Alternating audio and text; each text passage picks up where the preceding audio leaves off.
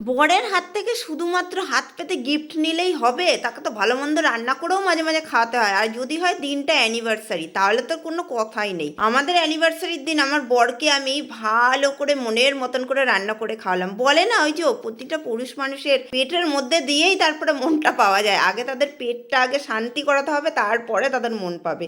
তো গিফট তো পেয়েছি, শুধু আমি পেয়েছি তা না, আমিও কিন্তু ওকে দিয়েছি। ওই গিফট দেওয়া নেওয়ার কথা ছাড়ো, তোমাদেরকে বলি আজকে আমি প্রথমবার মটন বিরিয়ানি আর রান্না করলাম, তাও আবার নিজের হাতে বরকে খুশি করার জন্যে। ও বলেছিল কেক আনতে, আমি বললাম কেক আনতে হবে না, আমি গুড়ের পায়েস রান্না করে খাওয়াবো।